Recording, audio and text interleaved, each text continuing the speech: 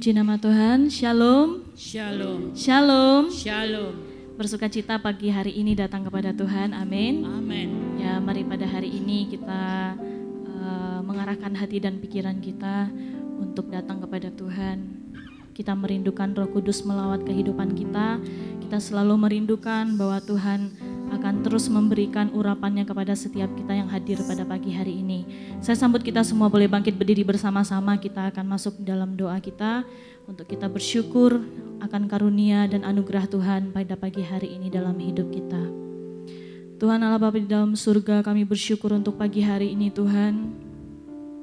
Karena kebaikan-Mu kami ada sampai hari ini. Karena anugerah-Mu kami dipilih untuk kami datang hari ini Tuhan. Memberikan waktu yang terbaik untuk memuji dan meninggikan nama-Mu Bapa. Biar kiranya Engkau bertahta di atas pujian kami, otoritas penuh ada di tempat ini menaungi setiap kami Bapa. Sidang jemaat-Mu yang hadir hari ini menerima sukacita baru, menerima damai sejahtera yang daripada Engkau Tuhan. Kami percaya pagi hari ini Tuhan kami boleh menikmati lawatan bersama dengan Engkau Tuhan. Kami menerima Roh Kudus-Mu dengan lembut di dalam hati kami Bapa. Kami bersyukur pagi hari ini Tuhan untuk nafas kehidupan kami yang akan kami beri untuk memuji dan menyembah Engkau Tuhan. Terima kasih Bapa, terima kasih. Kami bersuka cita karena pagi hari ini Engkau ada untuk hidup kami. Di dalam nama Tuhan Yesus kami sudah berdoa dan mengucap syukur. Haleluya. Amin. Kita percaya bahwa kita adalah umat pilihan Allah. Amin. Berikan sorak-sorai yang meriah untuk Tuhan kita. Mari kita naikkan pujian kita. Kita dipilih dari segala bangsa. Haleluya.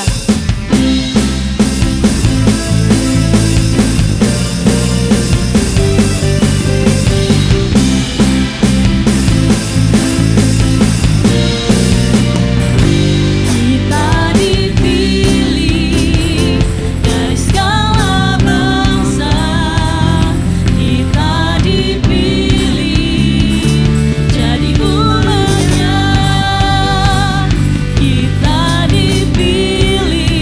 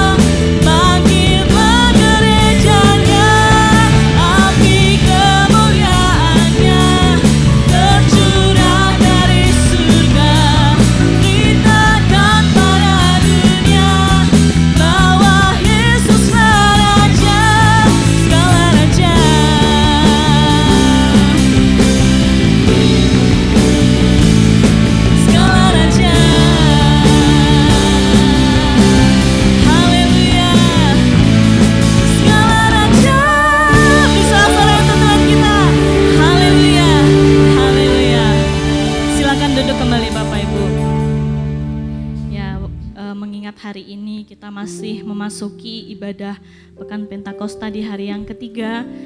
Dan hari ini kita akan mempersiapkan persembahan yang terbaik. Saya mengundang untuk petugas kolekte bisa maju ke depan.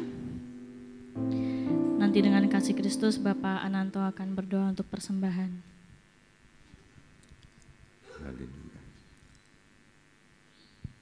Bapa dalam surga, kami mengucap syukur buat kasih anugerah-Mu Tuhan. Bersyukur buat pagi hari ini Tuhan. Kalau kami ada sebagaimana kami ada pada pagi hari ini Tuhan, kami boleh memuji, memuliakan Engkau Tuhan.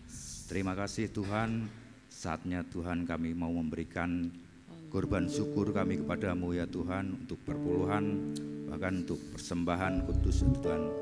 Mari Tuhan Kau sucikan, kuduskan untuk setiap persembahan yang sementara akan kami berikan Tuhan. Biarlah persembahan ini boleh menjadi alat untuk kemuliaan nama-Mu ya Tuhan. Memberkati untuk hamba-Mu, imamat yang sementara akan menjalankannya. Berkati kehidupannya, berkati untuk pelayanannya. Amin. Terima kasih Tuhan, kami mau memberikan hati yang bersuka di dalam nama Tuhan Yesus Kristus. Haleluya. Amin. Amin. Sambil persembahan dijalankan, kita naikkan kembali pujian ini. Api kemuliaannya. Api kemuliaannya tercurah dari surga, memenuhi kami semua. Bangkitlah gerejanya. Api kemuliaannya tercurah dari surga. Beritakan pada dunia bahwa Yesus Raja.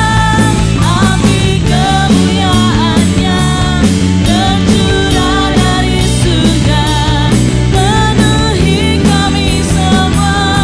Bangkitlah gerejanya.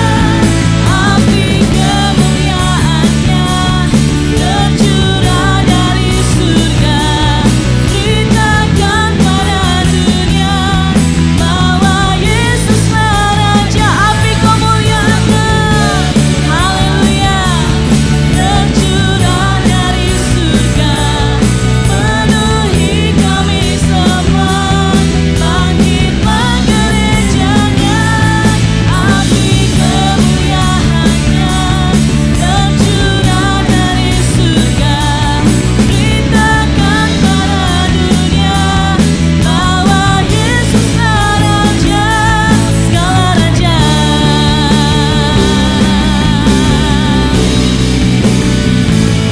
Segala raja. Haleluya. Terima kasih untuk persembahan Bapak Ibu. Tuhan Yesus memberkati segala pekerjaan dan usaha yang kita bersama tekuni. Dan hari ini mari kita kembali datang di dalam hadirat Tuhan. Kita terus mau merindukan kebaikan Tuhan yang hari demi hari Tuhan berikan dalam kehidupan kita. Saya minta kita semuanya pada hari ini fokus di dalam menyembah Tuhan. Hatimu yang dilihat oleh Tuhan. Jangan memandang kami yang ada di depan memimpin pujian, tapi pandanglah Tuhan. Engkau ada di dalam Tuhan. Bersama-sama nyatakan, datanglah sekarang Tuhan, penuhi kami dengan hati yang baru, penuhi kami dengan hati yang lembut, menerima Roh Kudus di dalam hidup kami. Sebab hari ini kami datang beribadah Tuhan, bukan hanya untuk memperlihatkan wajah kami bahwa kami hadir ibadah, tapi kami mau memperlihatkan hati kami yang tulus datang kepada Tuhan, mencari wajah-Mu Bapa. Biar kiranya perkenanan-Mu terus ada dalam hidup kami Tuhan. Haleluya. Haleluya.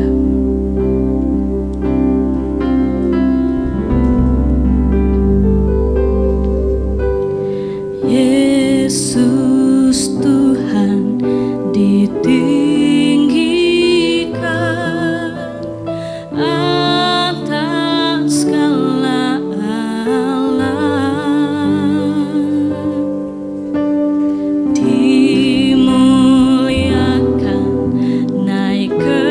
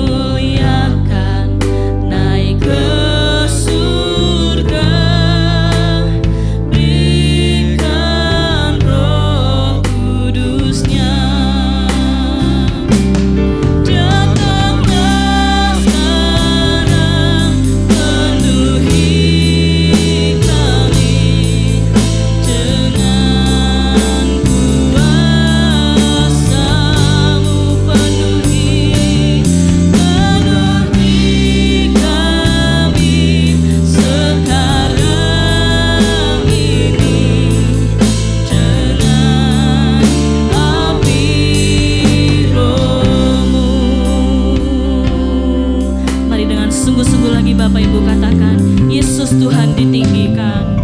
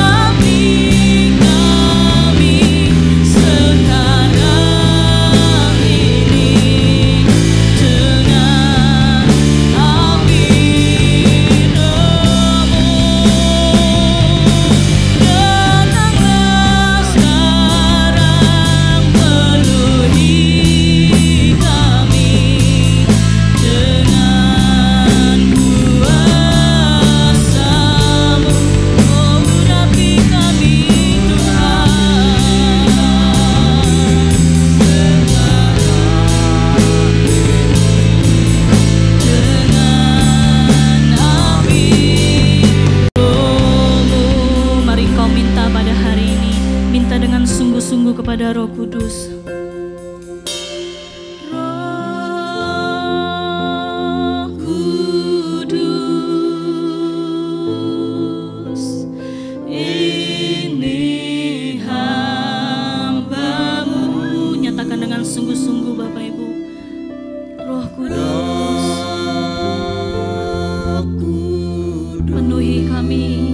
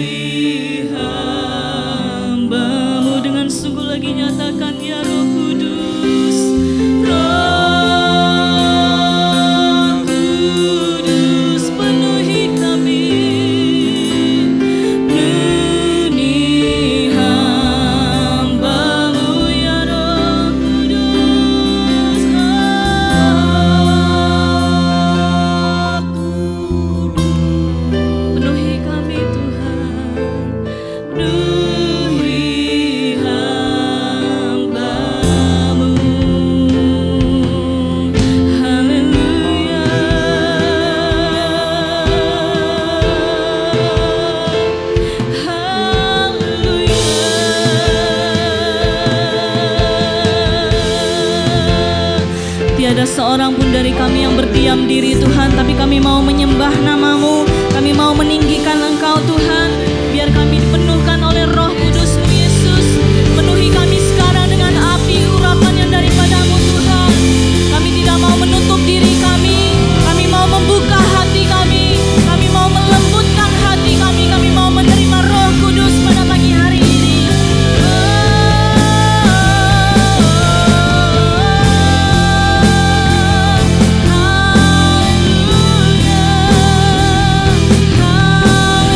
Hallelujah.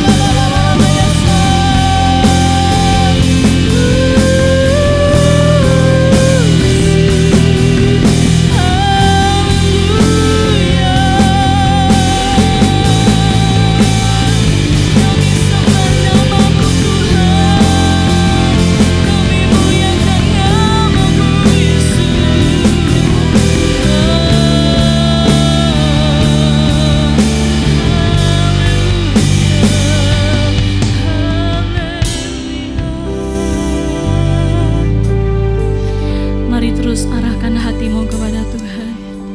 Yakinkan bahwa Dia hadir terus di dalam hatimu. Yakinkan Dia terus ada di dalam hidupmu. Yakinkan bahwa hatimu menerima Roh Kudus pada hari ini. Ini kami Tuhan, ini hati kami, ini hidup kami Tuhan. Mari penuhi kami ya Roh Kudus. Dengan lembut Engkau menyentuh kami, dengan lembut Engkau masuk di hati kami Tuhan. Mari bersama-sama kita bangkit berdiri. Come Holy Spirit, fall in this place. I need more and more of you. Fill me again with the power of your Spirit. Lord, I'm crying out for more and more. Come, Holy Spirit, fall in this place. I need more and more of you. Biar kami merasakan hadirat-Mu Tuhan.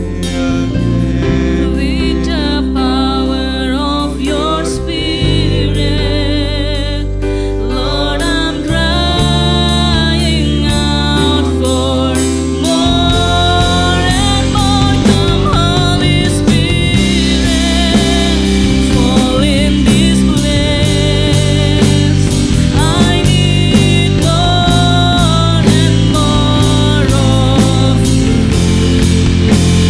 Fill me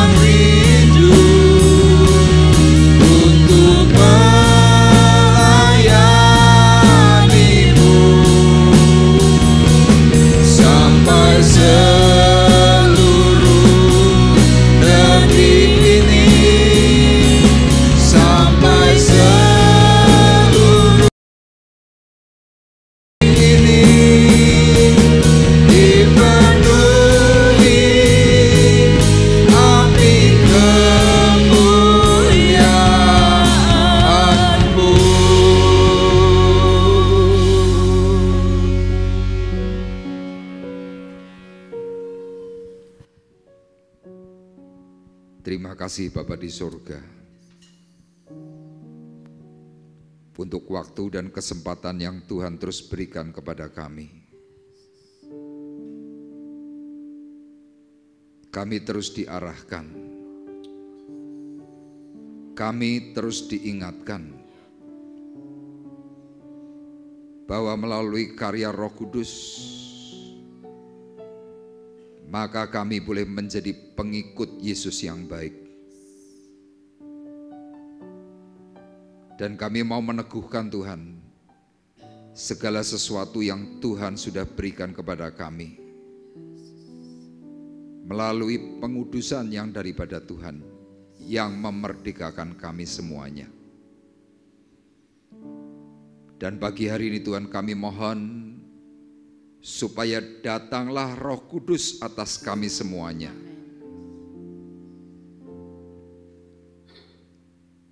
Kami perlu anugerah. Kami merindukan Tuhan supaya mengalir urapan yang baru. Dengan minyak yang baru Engkau memberikan urapan atas kami semuanya. Sehingga kami diubahkan, kami ditolong, dan kami semuanya semakin diberkati oleh Tuhan. Terima kasih. Datang Roh Kudus, Kau ku rindu, dengan minyak yang baru urapiku, mengalir penuhiku, mengalir pulihkanku, kuasa-Mu bebaskan hidupku. Serukan datang Roh Kudus, datang Roh Kudus, Kau ku rindu, dengan minyak yang baru urapiku, mengalir penuhiku, mengalir pulihkanku, kuasa-Mu bebaskan hidupku. Satu yang ku rindu, bersekutu denganmu, bawaku lebih lagi tinggal di dalam-Mu, nikmati hadirat-Mu, jamahlah seluruh hidupku. Kuasa-Mu mengubah hidupku. Satu yang ku rindu, bersekutu denganmu, bawaku lebih lagi tinggal di dalam-Mu, nikmati hadirat-Mu, jamahlah seluruh hidupku. Kuasa-Mu mengubah hidupku, kuasa-Mu mengubah hidupku, kuasa-Mu mengubah hidupku.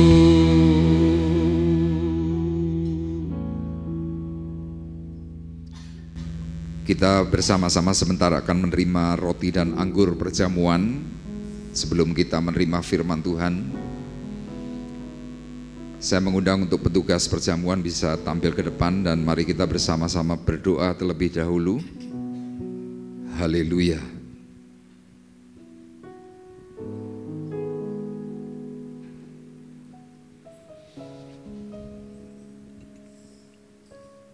Kami sangat menghargai pengorbanan Tuhan di kayu salib bagi kami semuanya. Dalam pekan Pentakosta ini Tuhan, kami terus diingatkan bagaimana Engkau sebelum terangkat ke surga, Engkau rela memberikan nyawa-Mu untuk kami semua umat yang berdosa. Engkau tebus kami dengan harga yang sangat mahal, yang tidak bisa dinilai secara materi, karena Engkau membayar kami semua dengan darah-Mu yang kudus, yang menebus, yang memerdekakan, bahkan mematahkan setiap kuk dosa dalam diri kami, sehingga hari ini kami menjadi orang yang merdeka. Engkau terangkat ke surga dan meninggalkan bagi kami roh penghibur, Parakletos, yang menolong dan memberkati kami semuanya. Oleh karena itu Tuhan, pagi hari ini kami meneguhkan kembali dari apa yang Tuhan sudah kerjakan. Kami mengingat melalui roti dan anggur perjamuan yang sebentar akan kami terima. Engkau kuduskan, sucikan roti dan anggur menjadi berkat, menjadi substitusi pengganti atas darah dan tubuh-Mu yang menjadi karya korban penebusan bagi kami. Terima kasih. Engkau berkati Tuhan hamba-hamba-Mu yang sebentar akan membagikannya dengan pengudusan yang daripada Tuhan, sehingga impartasi yang terbaik yang akan kami terima sebagai sidang jemaat Tuhan. Tuhan, kami siap menerimanya, dan Kau juga kuduskan kami semuanya yang hadir dengan pengudusan daripada surga. Terima kasih. Kami menyambutnya dengan ucapan syukur di dalam nama Tuhan Yesus Kristus. Haleluya.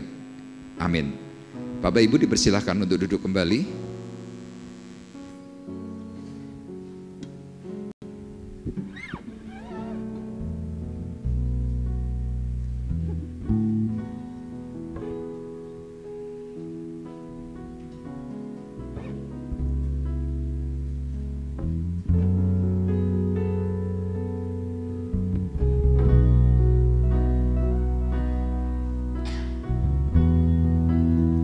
Mari bersama-sama kembali katakan pujian ini. Datang Roh Kudus, Kau kurindu.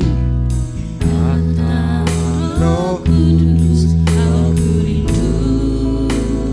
Dengan minyak yang baru, Dengan minyak yang baru, urapiku mengalir, mengalir penuhiku, mengalir pulihkanku. Kuasa-Mu bebaskan hidupku.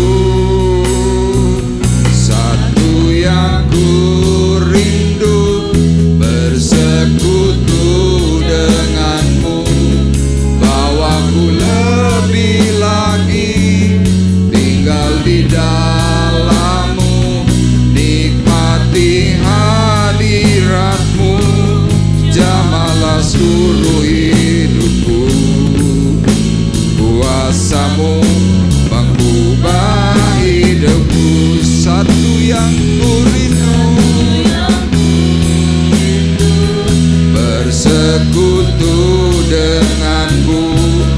Bawaku lebih lagi tinggal di dalam-Mu, nikmati hadirat seluruh hidupku.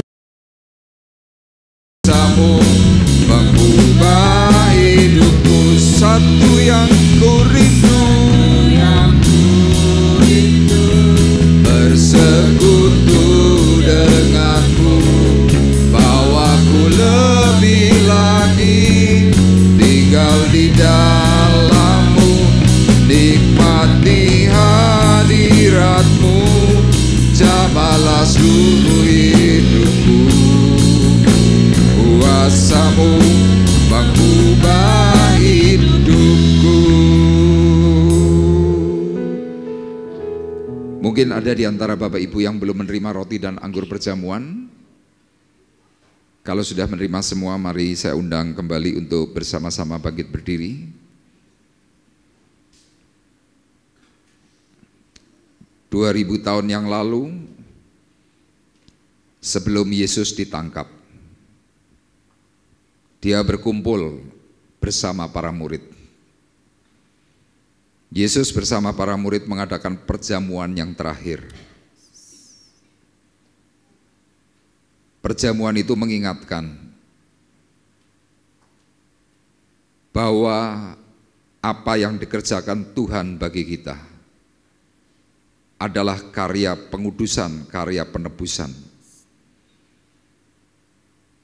Dan ketika Yesus mati di atas kayu salib, Rasul Paulus kembali mengingat. Dan dia berkata, sebab apa yang telah kuteruskan kepadamu telah aku terima dari Tuhan, yaitu bahwa Tuhan Yesus pada malam waktu ia diserahkan, ia mengambil roti, sesudah itu ia mengucap syukur atasnya, ia memecah-mecahkannya dan berkata, inilah tubuhku yang diserahkan bagi kamu, perbuatlah ini menjadi peringatan akan aku. Demikian juga ia mengambil cawan, sesudah makan lalu ia berkata, cawan ini adalah cawan perjanjian baru yang dimeteraikan oleh darahku. Perbuatlah ini setiap kali kamu meminumnya menjadi peringatan akan aku. Sidang jemaat Tuhan terkasih, mari bersama-sama kita angkat roti lebih tinggi dari kepala kita masing-masing. Firman Tuhan berkata, karena roti adalah satu, maka kita sekalipun banyak adalah satu tubuh. Karena kita semua mendapat bagian dalam roti yang satu itu. Bukankah roti yang kita pecah-pecahkan adalah persekutuan dengan tubuh Kristus? Amin. Dalam nama Tuhan Yesus Kristus kita makan bersama-sama.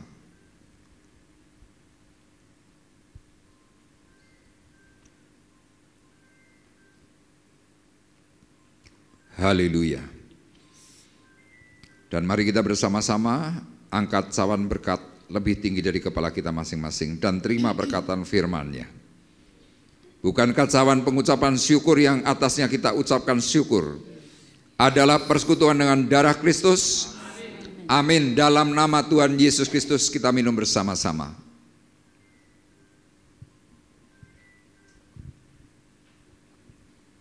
Terima kasih Tuhan. Kami bersyukur. Kami berterima kasih karena Engkau sudah menebus kami semuanya. Kami dikuduskan, kami ditolong, dan kami dimerdekakan. Segala gentar, segala takut, segala sakit, penyakit yang mengikat kami semuanya sudah dipatahkan oleh kuasa darah Tuhan Yesus Kristus. Dan kami percaya hidup kami diberkati oleh Tuhan. Terima kasih Bapa di surga. Dan sebentar kami akan bersama-sama kembali mendengar firman-Mu. Tuhan, berbicaralah kepada kami secara khusus, sehingga setiap apa yang menjadi kebutuhan kami, Tuhan jawab melalui firman yang Engkau sudah sediakan bagi kami semuanya. Urapi hamba-Mu, urapi seluruh sidang jemaat Tuhan yang hadir, dengan urapan baru Roh Kudus yang menaungi, sehingga kami boleh memahami, kami boleh mengerti apa yang Tuhan katakan, dan kami siap menyambutnya dengan ucapan syukur di dalam nama Tuhan Yesus Kristus. Kita semua yang siap diberkati oleh Tuhan bersama-sama berkata amin. Puji Tuhan, dipersilahkan duduk. Shalom. Haleluya. Baik Bapak Ibu, hari ini kita memasuki Pekan Pentakosta. Dan hari ini adalah hari yang ketiga. Hari yang pertama kemarin pada waktu hari Jumat kita sudah belajar bagaimana Roh Kudus membuat dunia itu tercengang. Ya, dengan kuasa urapan Roh Kudus menjadikan orang-orang yang hari itu masih awam melihat, mereka terkaget-kaget, mereka heran. Bagaimana karya Roh Kudus itu bisa meliputi mereka semuanya. Kemudian di hari yang kedua kita bisa belajar dan bisa melihat bahwa Roh Kudus itu mempersatukan ya setiap umat yang percaya. Hari itu ada banyak sekali konflik ya secara khusus yang dihasilkan dari kehidupan orang-orang Yahudi. Mereka benci kepada orang-orang Israel atau orang-orang Ibrani. Tetapi karena karya Roh Kudus pada akhirnya mereka bisa bersama-sama berkumpul. Ya, semalam dalam firman Tuhan saya juga menyampaikan bahwa dengan adanya karya Roh Kudus, maka keluarga pun bisa kembali dipersatukan. Nah, hari ini Bapak Ibu kita akan bersama-sama belajar. Saya memberikan tema pengikut Yesus yang penuh Roh Kudus. Ya, saya sengaja memberikan gambar hari itu peristiwa tentang penuh Roh Kudus itu ada di sekitar loteng Yerusalem. Ya, bukan di atas lotengnya tetapi di sekitar tempat itu.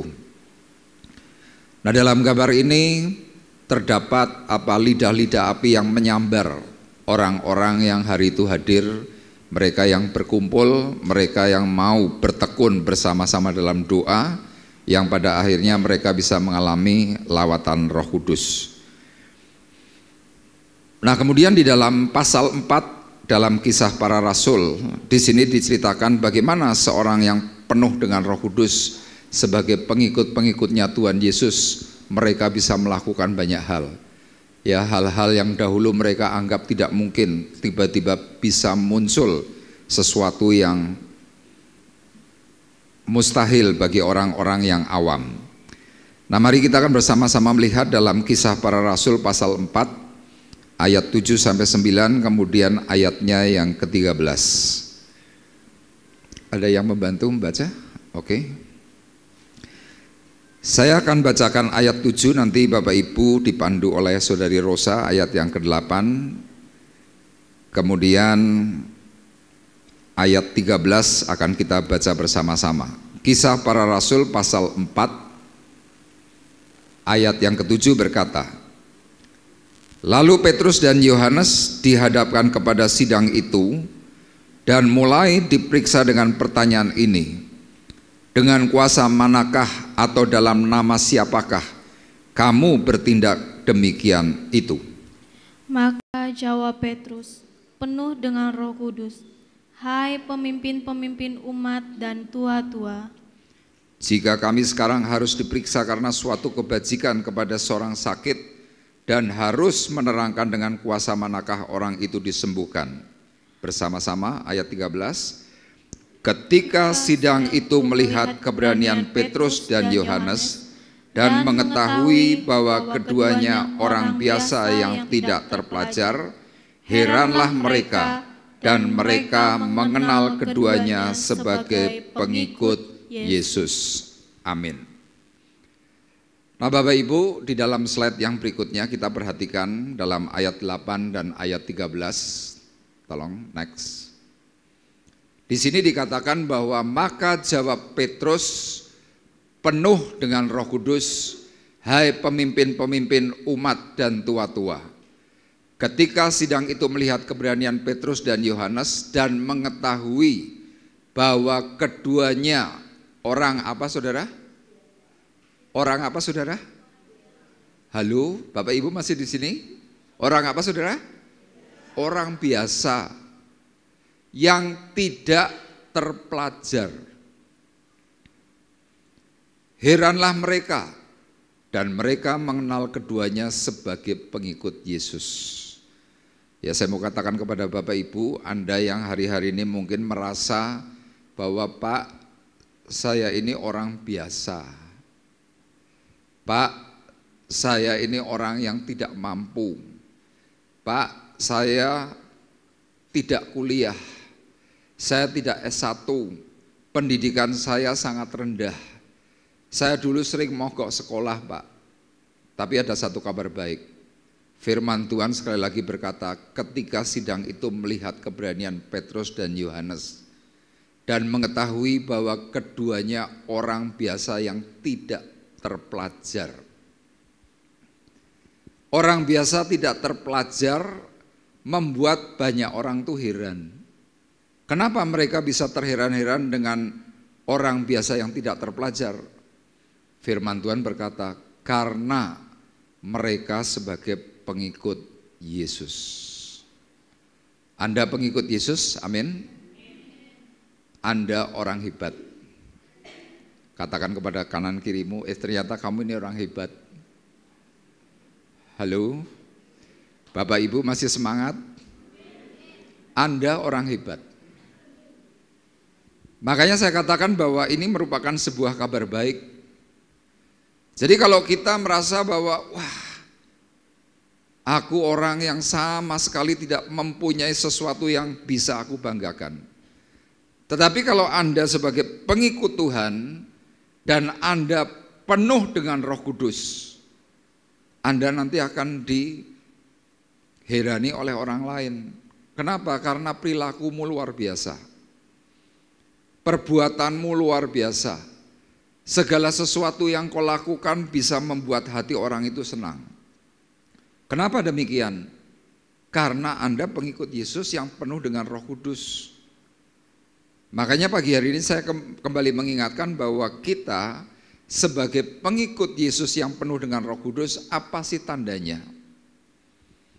Ada banyak sekali orang-orang tidak mengetahui dan memahami apa yang seperti firman Tuhan katakan.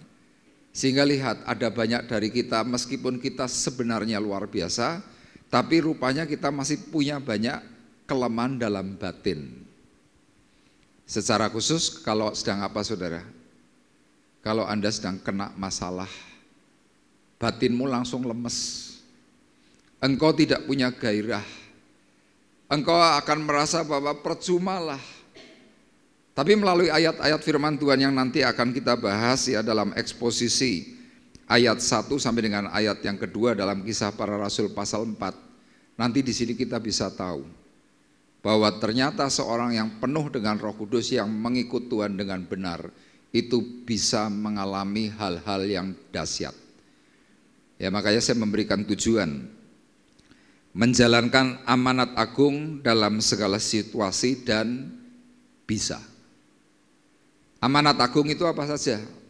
Secara khusus yang dikatakan dalam Injil Matius pasal 28, supaya kita bisa memberitakan Injil. Nah, ada banyak sekali orang berpikir bahwa kalau memberitakan Injil berarti kita harus khotbah. Kalau kita memberitakan Injil berarti kita harus implisit menceritakan tentang cerita Injil itu secara mungkin kronologis.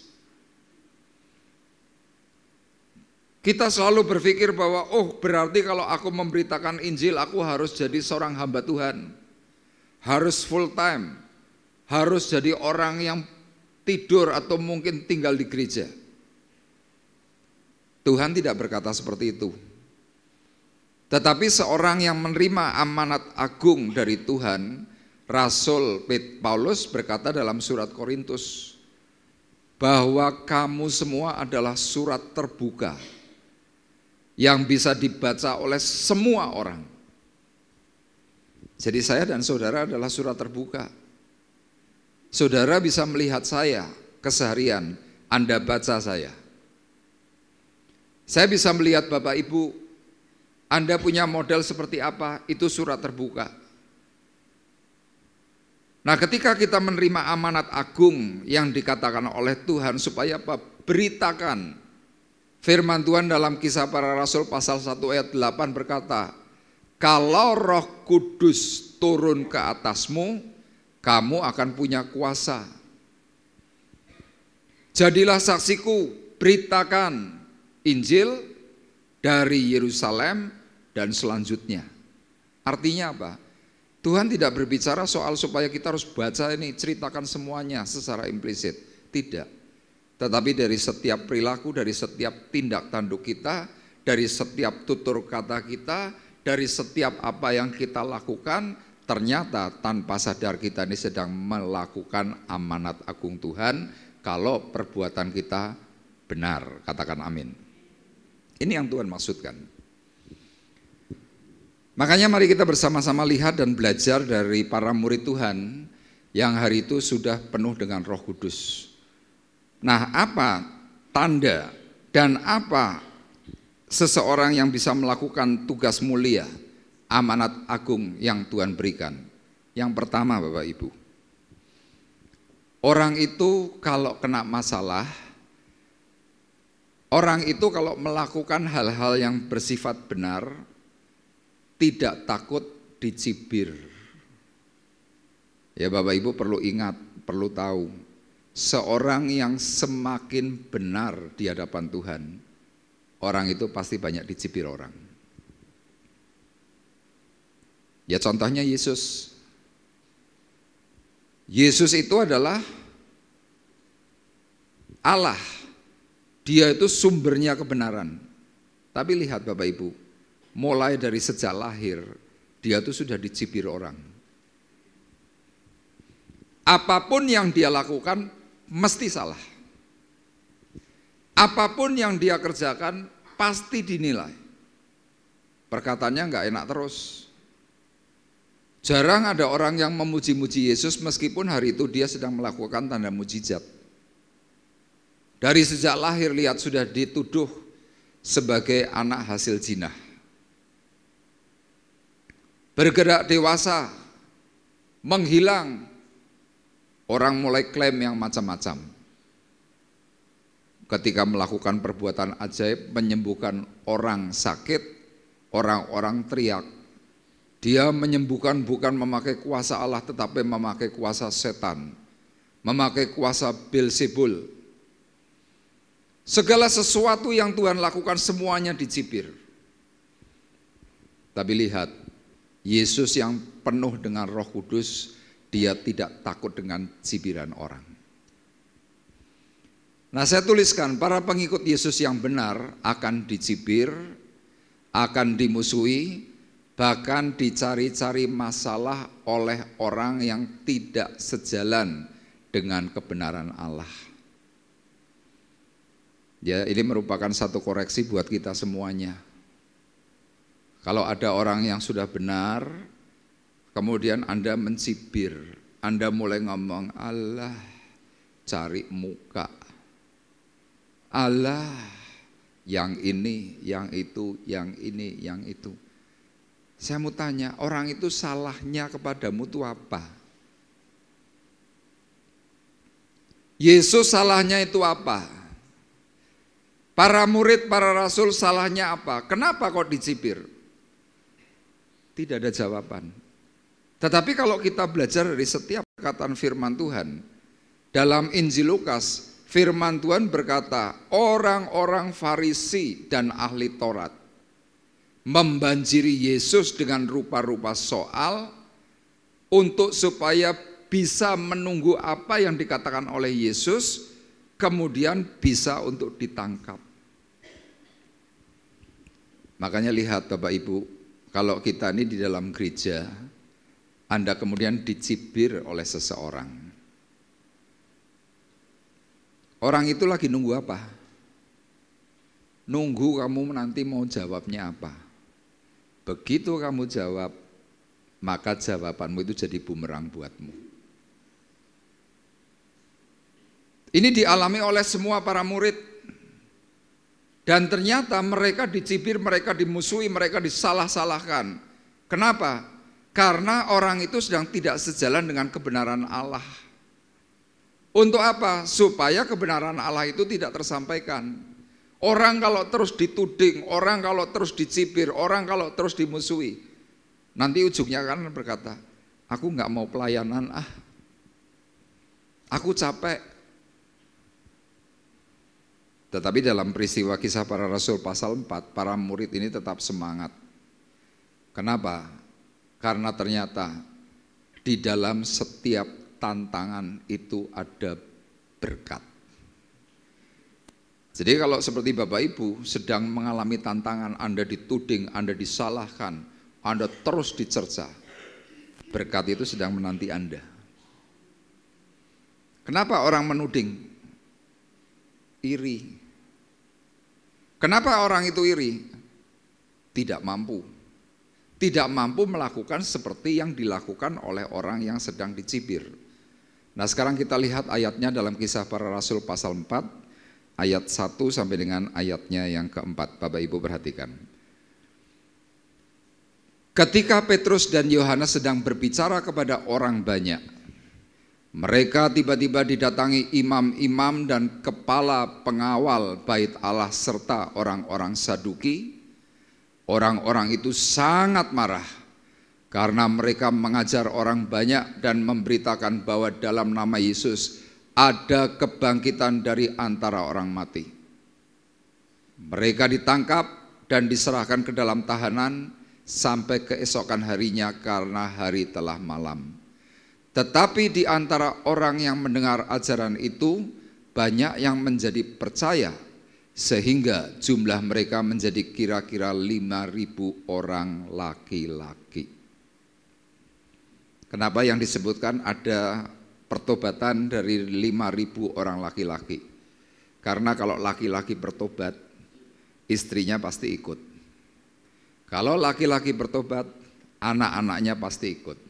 Kalau laki-laki bertobat, cucunya pasti juga ikut. Amin. Kenapa dalam rumah tangga jarang terjadi pertobatan?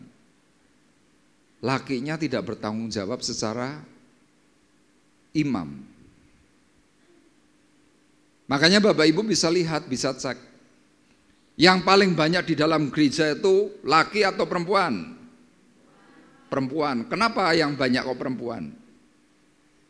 Karena perempuan banyak yang makan hati, ngerasa kayak mau ngelanang. Betul enggak ibu-ibu? Betul. Betul enggak bapak-bapak? Ora wani nyauri. Loh ini fakta. Wanita itu saking prihatinnya, saking sedihnya, daripada ke tempat karaoke, daripada mungkin nge-gym, daripada melakukan perbuatan-perbuatan yang duniawi, lebih baik pergi ke gereja. Ke gereja ngapain? Doa. Doa baik enggak? Baik. Tapi waktu Anda berdoa dan Anda terlalu sering pergi ke gereja, suamimu marah enggak? Marah. Sama dulu saya sebelum bertobat, kalau istri saya rajin pergi ke gereja tak takoi, kowe lunga gereja terus ana apa? Lo jelas ibadahnya tuh jam 9, dia jam 8, 8 kurang seperempat, bahkan setengah 8 sudah berangkat. Saya masih baru bangun tidur, saya tanya, kowe melu ngondi? Lunga gereja. Mulai sesuk ora usah turu nang omah, turu gereja nek perlu gereja sapu wae. Saya dulu seperti itu Bapak Ibu. Jadi Bapak Ibu bisa lihat, iblis itu beringas kalau melihat ada orang yang benar. Demikian juga hari itu, firman Tuhan jelas mengatakan bahwa para murid, para rasul didatangi imam-imam, didatangi pendeta, didatangi pengawal bait Allah, yang jelas-jelas firman ini berkata pengawal bait Allah. Yang artinya yang secara logika manusia, orang ini kan seharusnya tahu kebenaran. Tapi lihat, ternyata orang yang hanya hidup dalam agama bisa menentang kebenaran Allah.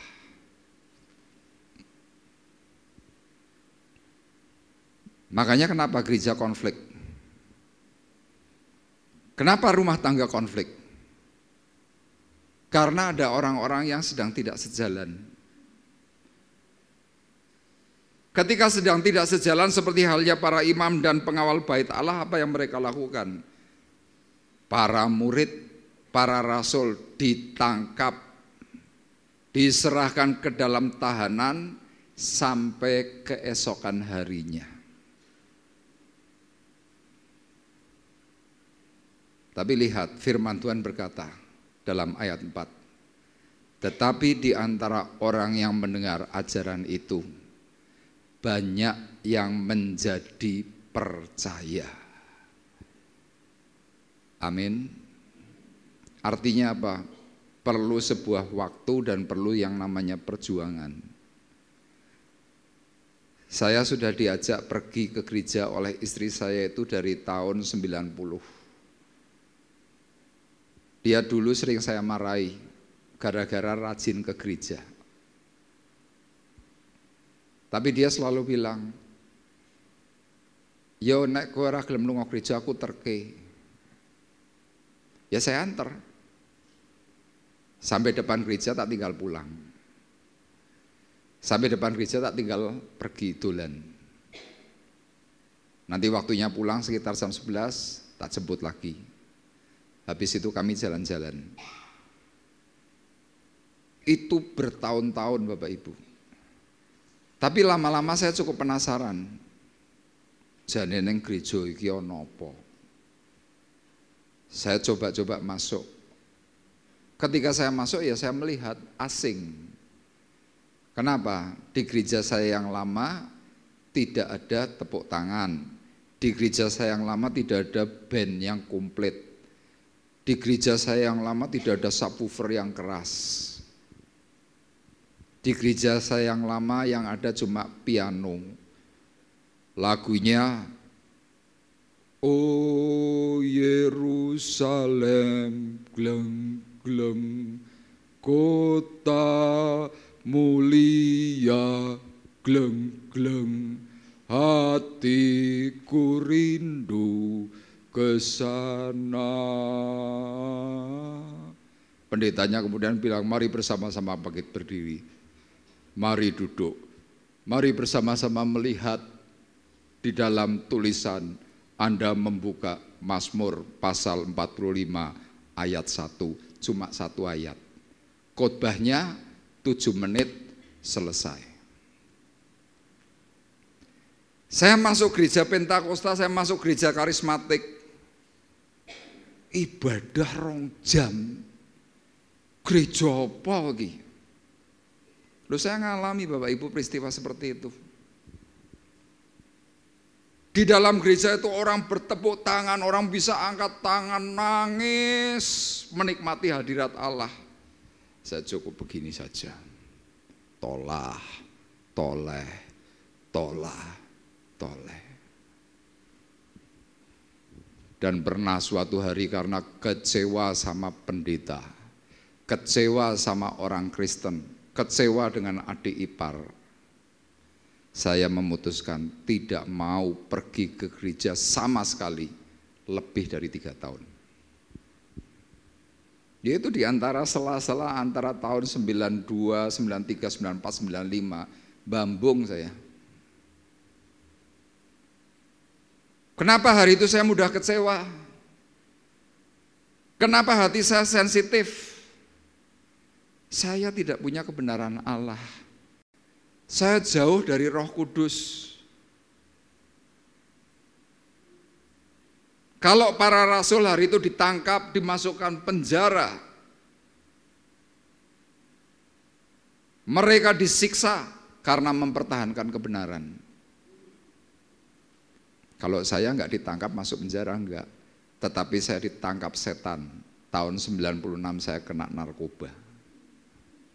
Bersama seluruh keluarga saya yang semuanya laki-laki, 5 laki-laki narkoba semua. Kenapa bisa seperti itu?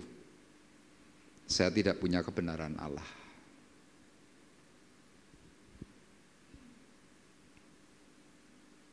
Saya dulu melihat orang Kristen, saya dulu melihat pendeta, saya benci Bapak Ibu. Saya enggak senang. Itu Bu Liana punya saudara yang hari ini punya panti asuhan di Salatiga. Dahulu dia kerja di sebuah perusahaan. Ya kalau tidak salah di perusahaan anggur Bapak Jenggot, baterai ABC, distributor besar. Tiba-tiba saya mendengar kabar dari dia, dari istri saya. Si A mau keluar. Loh, kok keluar ngapain?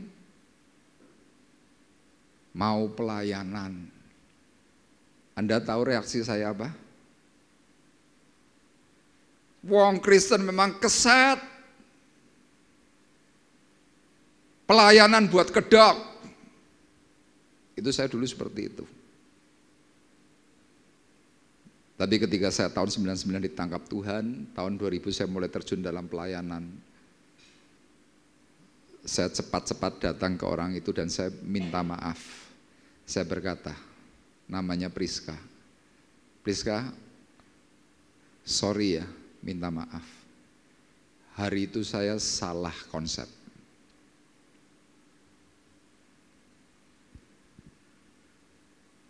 Kenapa pada akhirnya para ahli Taurat, orang Farisi, para imam, pengawal bait Allah tidak bisa merasakan yang namanya karya Roh Kudus, lawatan Roh Kudus, urapan Roh Kudus. Kenapa? Hati pikiran mereka itu tidak bisa sejalan dengan kebenaran Allah. Dan hari itu Bapak Ibu, para rasul, para murid yang sedang dicibir, mereka yang sedang ditangkap untuk dimasukkan penjara, mereka maklum. Kenapa mereka bisa maklum? Mereka bisa paham, karena kamu belum mengenal kebenaran Allah. Karena kamu belum mengalami Roh Kudus, maka kamu selalu menghujat, kamu selalu menyalah-nyalahkan. Makanya lihat ketika mereka dicibir, tidak masalah. Amin. Jadi kalau Anda dicibir orang, Anda masih masalah. Kemudian Anda memberikan sebuah ancaman, kemudian Anda mulai motong, ya kita sekarang check up. Penuh Roh Kudus atau belum? Kalau Anda dalam hatimu bisa berkata, wah Pak, saya masih seperti itu Pak, gak apa-apa. Kenapa hari ini dalam pekan Pentakosta, Anda harus yakin, Anda harus percaya. Roh Kudus itu akan memampukan hidupmu. Yang mudah sakit hati tiba-tiba bisa mudah memaafkan. Yang lagi mudah kecewa tiba-tiba Anda lapang hati. Saya ini dulu juga orangnya mudah kecewa, mudah jengkel, mudah sensitif, mudah sakit hati Bapak Ibu. Kenapa saya mudah seperti itu? Jelas, karena saya tidak memiliki kebenaran Allah.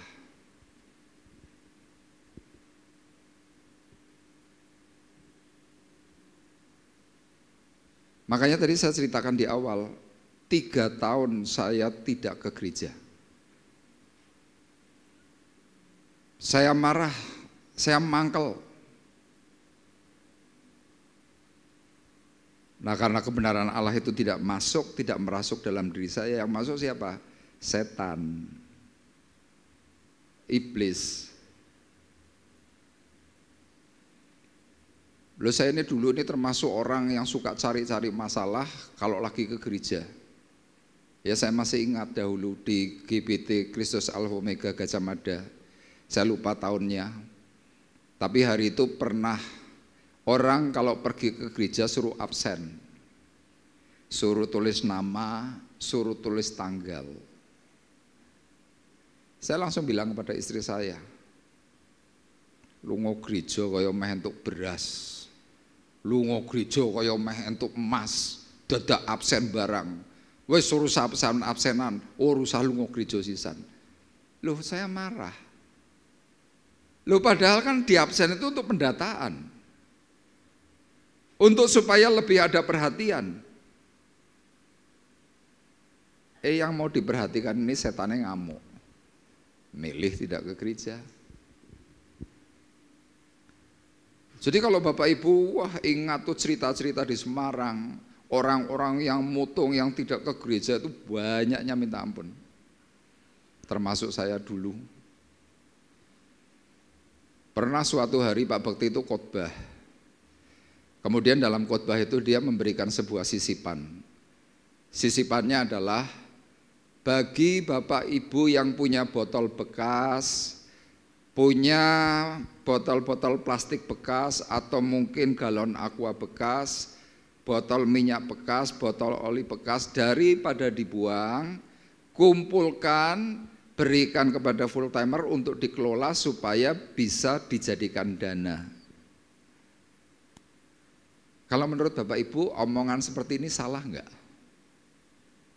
Halo Bapak Ibu? Kan enggak salah kan? Tapi Bapak Ibu percaya enggak percaya? Ada orang yang datangi Pak Bekti langsung teriak, Anda itu sebagai pendeta itu bukan ngajari benar, tapi menjadikan jemaatmu pemulung. Dan Anda tahu, satu keluarga tidak mau ibadah di tempat itu, bubar jalan. Aneh ya?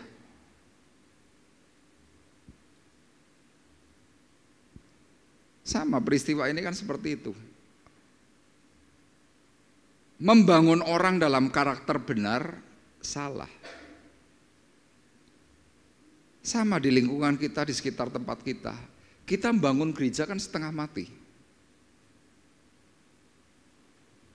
Dilarang karena alasannya enggak jelas.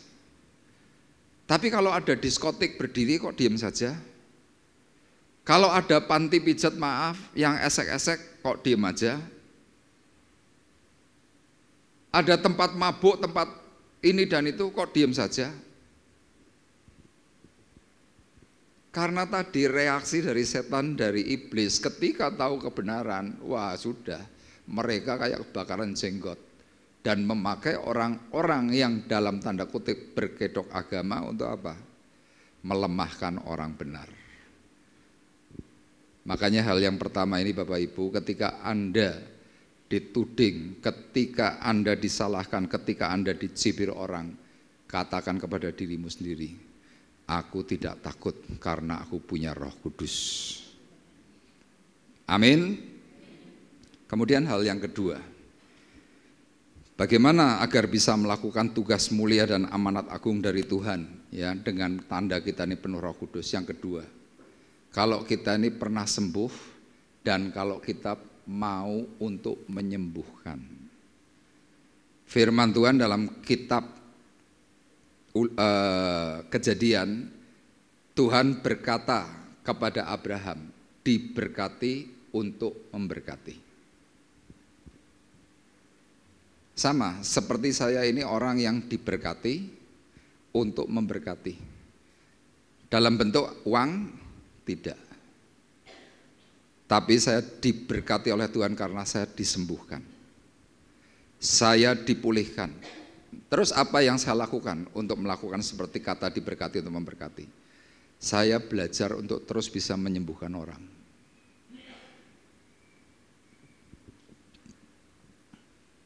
Nah hari itu para murid Bapak Ibu mengalami pemulihan dari Tuhan. Para murid itu banyak kecewa. Para murid itu banyak melihat sesuatu yang menurut mereka gak pas. Tapi lihat ketika Yesus bangkit dari antara orang mati, Tuhan pertama kali adalah mencari para murid.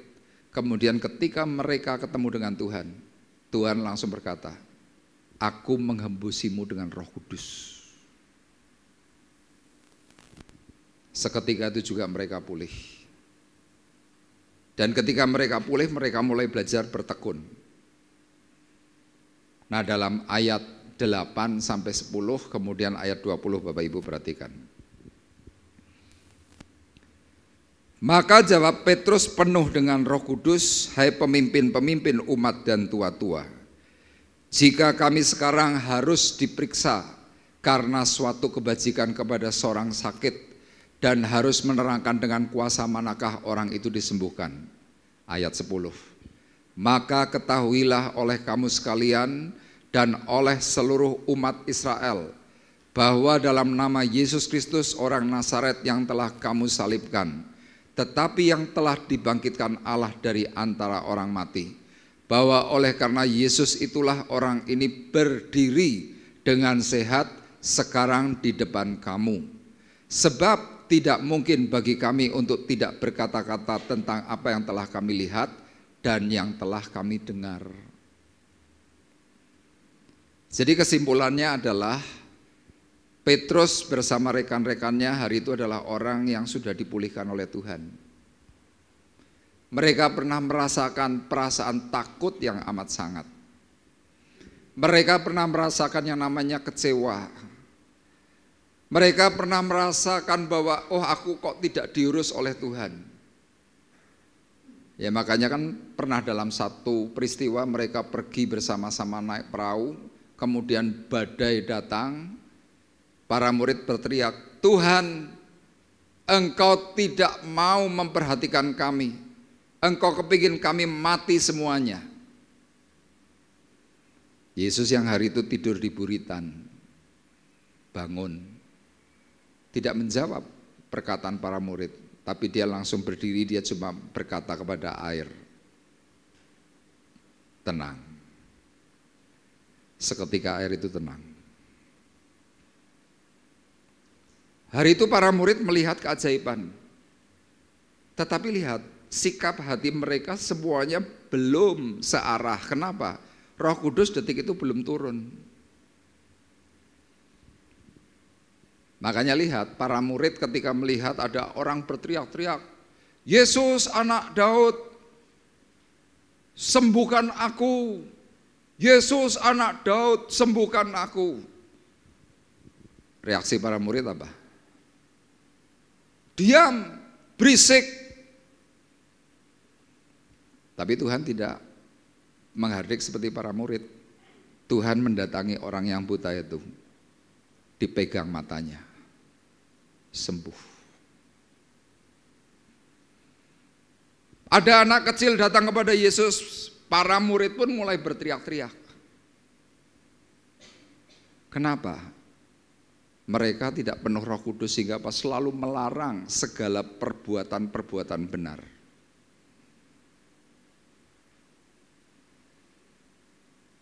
Tapi lihat, ketika mereka mulai penuh dengan Roh Kudus,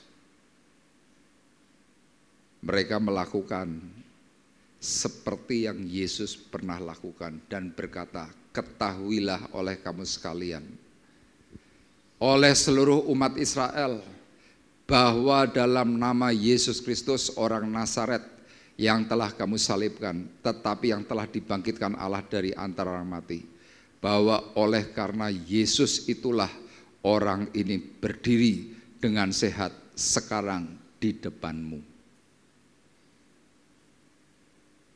Anda senang nggak kalau ada orang disembuhkan? Halo Bapak Ibu, kan senang ya, karena apa? Kita kan juga kepingin sembuh. Tapi sesudah kita sembuh ngapain? Bangga dengan keadaan kita yang sudah sembuh? Kesembuhan yang kita alami itu namanya berkat. Pemulihan yang kita alami itu namanya berkat.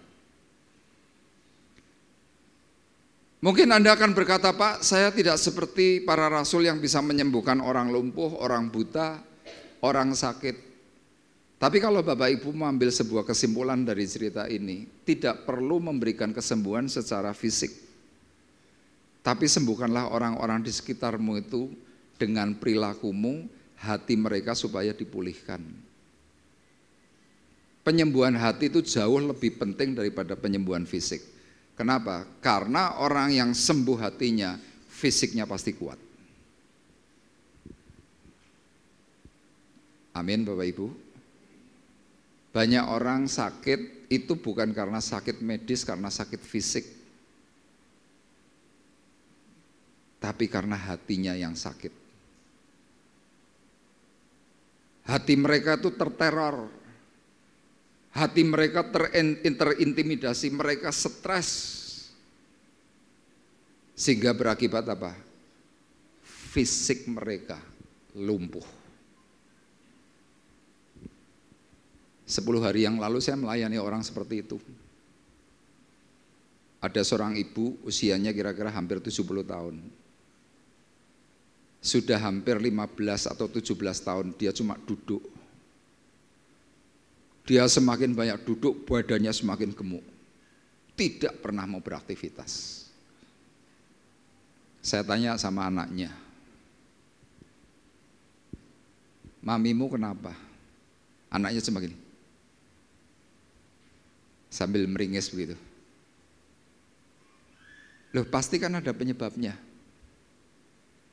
Biar mami aja yang ngomong. Saya tanya, tante kenapa? Cuma gitu dok, meringis sidik. Bungkam 1000 bahasa. Rekan saya yang ngajak ke situ bilang kepada saya, Pak Arif, coba dikonseling. Saya coba ngomong, tetap bungkam. Saya di situ kira-kira 15 menit. Kemudian karena tidak ada pembicaraan, saya bilang yuk kita doa. Ketika doa saya tumpang tangan di atas kepalanya. Saya berdoa, tiba-tiba Roh Kudus itu memberi hikmat. Perkataan hikmat itu cukup berkata begini, ampuni orang yang pernah menyakiti hatimu, jangan biarkan kekecewaan terus mengikat dirimu. Lepaskan, lepaskan, lepaskan. Ceritakan, ceritakan supaya hatimu lega. Cuma itu dok. Selesai doa saya tanya lagi sama anaknya, mamimu kenapa tuh? Anaknya cuma meringis lagi, tanya mami saja. Sudah nggak ada pembicaraan, akhirnya saya pulang. Waktu saya pulang saya ceritakan kepada rekan saya, bro, aku dapatnya ini. Rekan saya ini yang sudah lama melayani, dia bilang begini, wah persis. Lah persis gimana? Suaminya selingkuh dari 20 tahun yang lalu konangan. Bahkan pernah wanitanya itu dibawa pulang ke rumah. Sejak hari itu Bapak Ibu, wanita ini kayak orang yang tidak punya semangat. Makan gak mau, duduk terus, diajak pergi pun gak mau. Kenapa? Hatinya luka.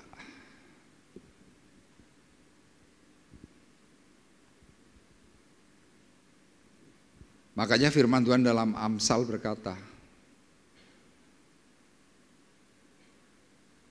semangat yang patah itu mengeringkan tulang. Mengeringkan tulang itu artinya apa? Tidak punya daya.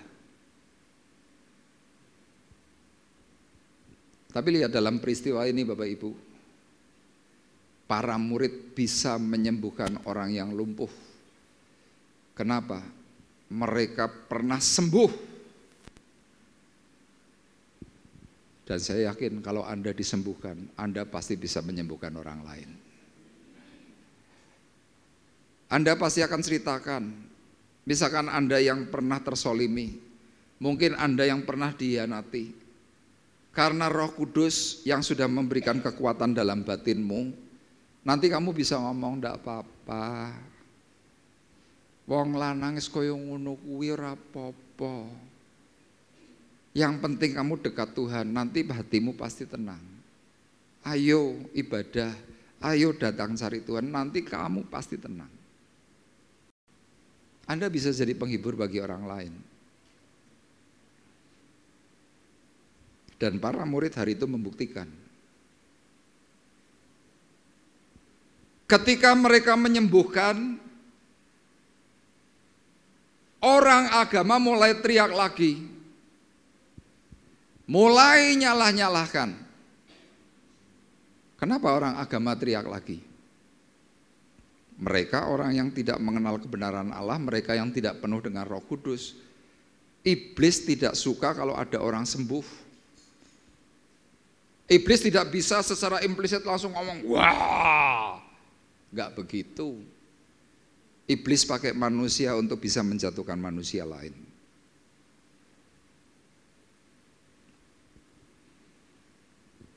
Makanya tanda kedua ini mari kita bersama-sama inginkan. Ya, Anda harus berani berkata, aku harus sembuh. Aku mau menyembuhkan orang lain. Aku harus sembuh. Aku mau menyembuhkan orang lain. Dan Anda yang sudah sembuh, Anda berani berkata, aku pernah sembuh. Aku pernah sembuh. Sekarang aku mau menyembuhkan. Amin Bapak Ibu. Anda bersemangat. Ini loh yang Tuhan inginkan. Dan sekarang yang terakhir, yang ketiga. Yang ketiga yang Tuhan minta adalah hiduplah dalam ketaatan. Hari itu para murid, para rasul diancam. Ancamannya jelas, masuk penjara atau mati, kira-kira itu. Tapi firman Tuhan, Bapak Ibu perhatikan, dalam ayat 19, perhatikan. Tetapi Petrus dan Yohanes menjawab mereka, silahkan putuskan sendiri manakah yang benar di hadapan Allah, taat kepada kamu atau taat kepada Allah. Kalau Anda diberi pilihan taat kepada manusia atau taat kepada Allah, itu pilihan benar. Tapi buat orang-orang yang sedang tidak mengenal kebenaran Allah, orang itu berani berkata, nek kowe ora manut karo aku metu saka gereja. Kira-kira gitu. Itu ancaman. Makanya secara lengkap Bapak Ibu perhatikan ayatnya mulai dari ayat 16. Ya, para imam dan pengawal bait Allah berkata, tindakan apa yang harus kita ambil terhadap orang-orang ini? Sebab telah nyata kepada semua penduduk Yerusalem bahwa mereka telah mengadakan suatu mukjizat yang menyolok dan kita tidak dapat menyangkalnya. Tetapi supaya hal itu jangan semakin luas tersiar di antara orang banyak, baiklah kita mengancam dan melarang mereka supaya mereka jangan berbicara lagi dengan siapapun dalam nama itu. Dan setelah keduanya disuruh masuk, mereka diperintahkan supaya sama sekali jangan berbicara atau mengajar lagi dalam nama Yesus. Tetapi Petrus dan Yohanes menjawab mereka, silahkan kamu putuskan sendiri mana yang benar di hadapan Allah, taat kepada kamu atau taat kepada Allah. Sebab tidak mungkin bagi kami untuk tidak berkata-kata tentang apa yang telah kami lihat dan yang telah kami dengar. Mereka semakin keras mengancam rasul-rasul itu, tetapi akhirnya melepaskan mereka juga. Sebab sidang tidak melihat jalan untuk menghukum mereka karena takut akan orang banyak yang memuliakan nama Allah berhubung dengan apa yang telah terjadi. Ancaman itu teror. Kalau mereka yang di luar Kristen, mereka memakai ancaman teror itu dengan bom. Kalau kita ngancamnya dengan apa? Mulut. Kita memberikan ancaman yang mendatangkan rasa damai yang hilang. Kita diberi ancaman, diberi omongan. Makanya saya tulis, meski hidup di bawah ancaman, pengikut Yesus yang penuh dengan Roh Kudus tetap memilih taat kepada Allah dan tetap dengan berani memberitakan kebenaran Allah, semuanya demi kemuliaannya. Anda tahu pada akhirnya Petrus itu juga mati. Matinya juga disalib. Cuma perbedaannya kalau Yesus disalib dengan kepala di atas, Petrus disalib dengan kepala di bawah. Secara tafsir sejarah Petrus berkata, aku tidak layak mati seperti Tuhanku. Aku rela mati. Aku mau disalib, tetapi bukan seperti Yesus, tetapi dengan kepalaku di bawah. Endingnya mati. Tapi lihat, ada upah besar menanti. Seorang yang mempertahankan kebenaran Allah tetap menjalankan misi amanat agung Tuhan, melakukan segala sesuatu dengan benar, menceritakan kebaikan, menceritakan kedahsyatan, menceritakan segala sesuatu yang mustahil bagi manusia, itu bisa dikerjakan oleh Allah. Dan itu satu-satunya bisa dilakukan kalau kita penuh Roh Kudus. Anda rindu penuh dengan Roh Kudus, amin. Coba yang rindu dengan Roh Kudus, penuh Roh Kudus, angkat tangan. Kita pagi hari ini minta kepada Tuhan, Tuhan aku mau Roh Kudus-Mu. Yuk kita akan menaikkan pujian, datang Roh Kudus kau kurindu. Ya, kita persiapkan hati kita, persiapkan pikiran kita. Engkau yang ingin menjadi pengikut Yesus yang penuh dengan Roh Kudus, teriak dengan keras, datang Roh Kudus kau kurindu dengan minyak yang baru urapiku. Haleluya.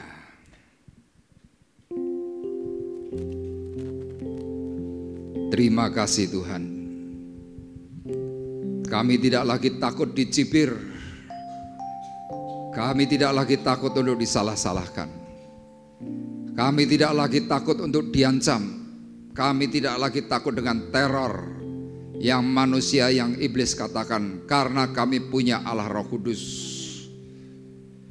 Dan biarlah Tuhan pagi hari ini Roh Kudus beracara, dan kami mengundang Roh Kudus untuk memenuhi kami semuanya.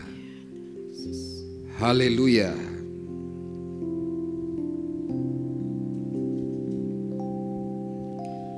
Datang Roh Kudus, Kau ku rindu. Dengan minyak yang baru urapiku mengalir, mengalir penuhiku, mengalir pulihkanku. Kuasa-Mu bebaskan hidupku. Datang Roh Kudus, Kau ku rindu. Dengan minyak yang baru urapiku, mengalir penuhiku, mengalir pulihkanku. Kuasa-Mu bebaskan hidupku. Datang Roh Kudus. Bapak Ibu yang ingin dilawat oleh Roh Kudus, silahkan Anda berdiri. Pastikan bahwa Anda perlu, supaya ada kekuatan, supaya ada keberanian, supaya ada berkat, supaya ada sesuatu yang baru. Anda yang ingin Roh Kudus silahkan berdiri. Dan Anda yang sudah berdiri, mari maju ke depan. Bebaskan hidupku, satu yang ku rindu, bersekutu denganmu. Bawaku lebih lagi tinggal di dalam-Mu, nikmati hadirat-Mu, jamahlah seluruh hidupku. Kuasa-Mu mengubah hidupku, satu yang ku rindu.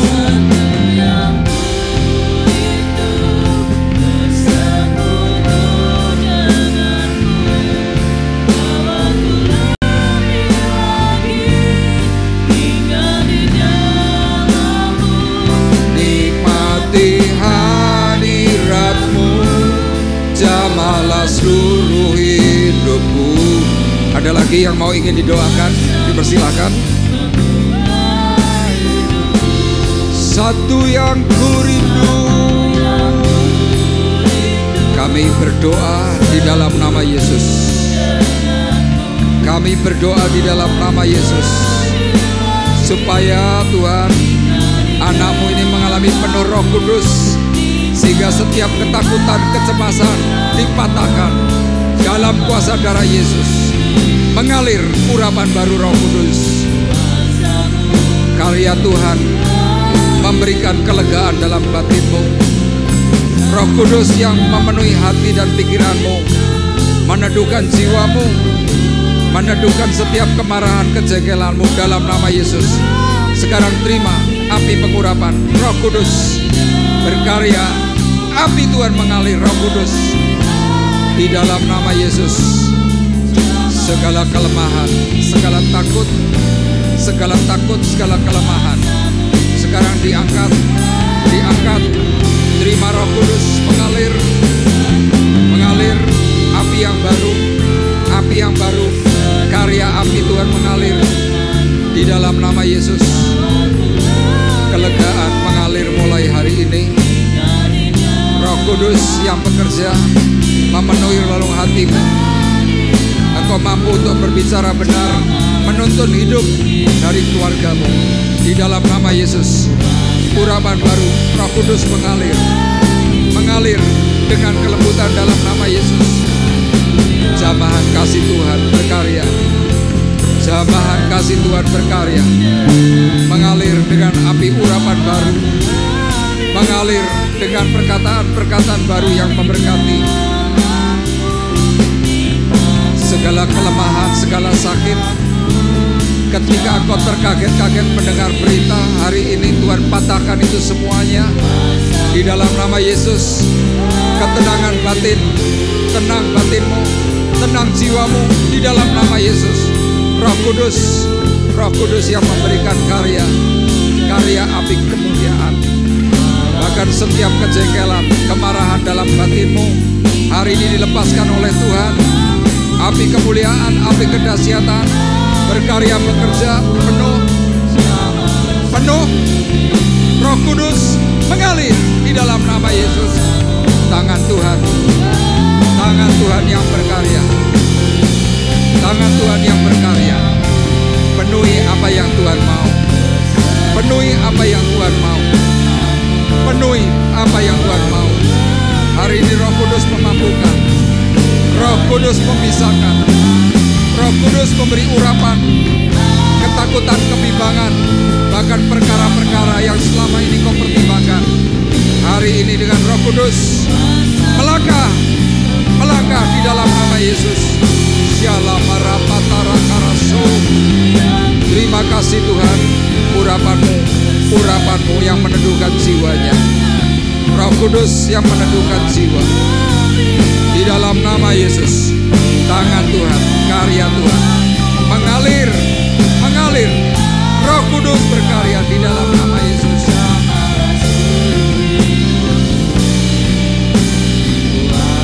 Jangan lelah, kata Tuhan, jangan lelah.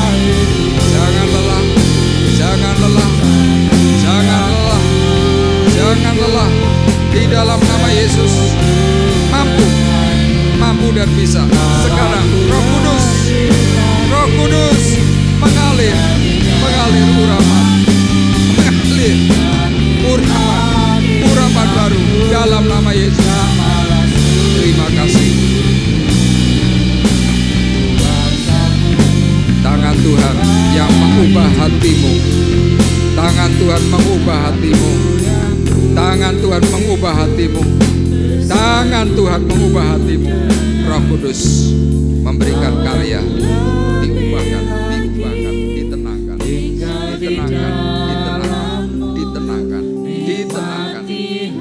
ditenangkan dalam nama Yesus. Kekasih Tuhan yang hidup mengalir, berkarya dalam nama Yesus. Jangan pernah lelah, kata Tuhan. Jangan pernah lelah. Jangan pernah lelah. Hari ini kau dimampukan oleh karya ajaib Tuhan. Mengalir karya Roh Kudus, pemulihan batin, batinmu disembuhkan, kekesalan hatimu dipulihkan. Sekarang terima dengan kelembutan dalam nama Yesus. Kuasa Roh Kudus berkarya, mengalir. Terima kasih Tuhan. Tuhan tolong saudari kami agar dia mampu menghadapi segala persoalan, mampu menghadapi segala sesuatu, dengan kelembutan, dengan ketenangan dari surga. Di dalam nama Yesus, mengalir Roh Kudus di dalam nama Yesus. Tuhan tolong, Tuhan jadikan Tuhan dia bertumbuh di dalam kebenaran, mengalir karya Roh Kudus berkarya, mengalir dengan kuasa urapan baru, mengalir dengan takut dan ketara akan Tuhan.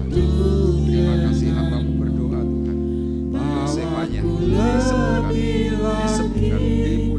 disembuhkan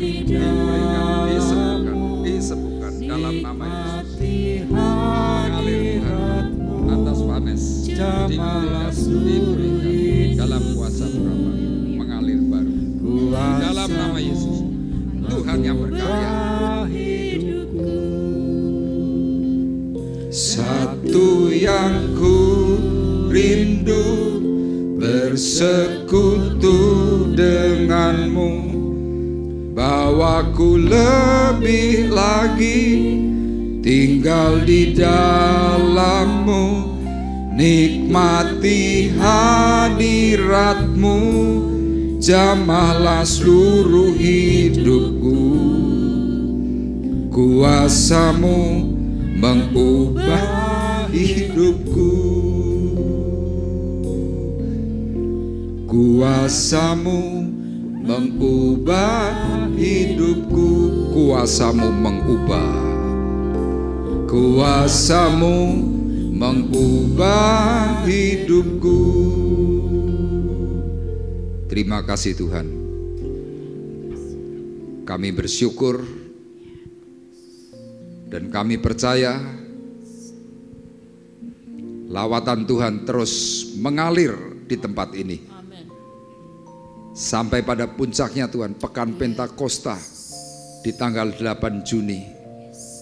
Kami mohon terus Tuhan, supaya Engkau memberikan hal-hal yang lebih ajaib bagi kami. Supaya kami penuh dengan Roh Kudus, sehingga kami bisa memilah hati dan pikiran kami. Kami bisa memilah hal benar dengan hal baik. Tuhan tolong mampukan kami. Kami terus mengundang karya Roh Kudus untuk mengalir atas seluruh sidang jemaat Tuhan di tempat ini. Kami bersyukur untuk pagi hari ini. Di dalam nama Tuhan Yesus Kristus kami sudah berdoa. Dan kita semua yang diberkati oleh Tuhan bersama-sama berkata, Amin. Amin.